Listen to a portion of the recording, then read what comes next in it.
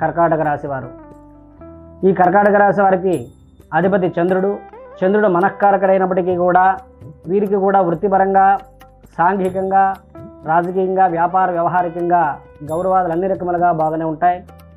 గృహ నిర్మాణాది కార్యక్రమాలు ఏదైనా తలచినటువంటి పనులు నెరవేర్చడానికి అవకాశం అనేటువంటి మిత్రులతో స్నేహ బాంధవ్యం ఏర్పడి ఆ పనిని శుభ ఫలితాన్ని చేకూర్చే అవకాశాన్ని ఇస్తారు.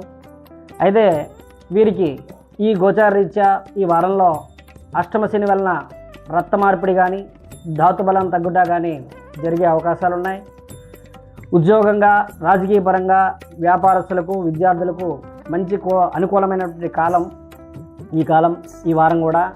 అలాగనే వీరు శని స్తోత్ర పారాయణ కానీ, నవగ్రహాలలో శనికి 19 ప్రదక్షిణలు చేసినట్టయితే